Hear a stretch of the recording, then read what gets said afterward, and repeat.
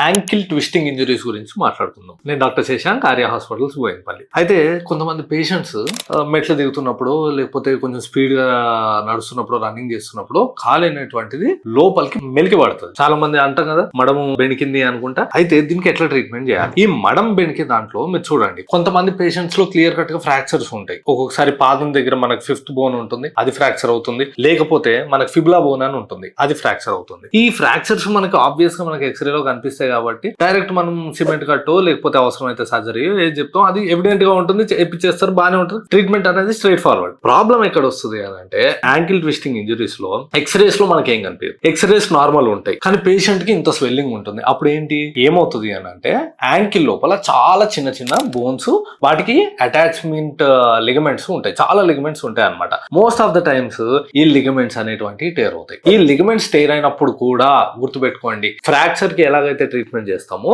Ligament ఇంజరీకి కూడా అలాగే treatment చేయాలి. ఎందుకంటే పాదం కదా, మనం నడుస్తూ ఉంటాము, తిరుగుతూ ఉంటాము, ఖచ్చితంగా లిగమెంట్ అనేటువంటిది అటు ఇటు ఊగుతూ ఉంటుంది. ఒక ప్లేస్ లో ఉంటే మనకు లిగమెంట్ ప్రాపర్ గా హీలింగ్ అనేది అవుతుంది. మళ్ళీ చెప్తా ఉన్నా 4 to 6 weeks కదా. సో ఈ టిష్యూ హీలింగ్ అయ్యే వరకు 4 to 6 weeks సిమెంట్ కట్టు వేసుకొని ఉండాలి.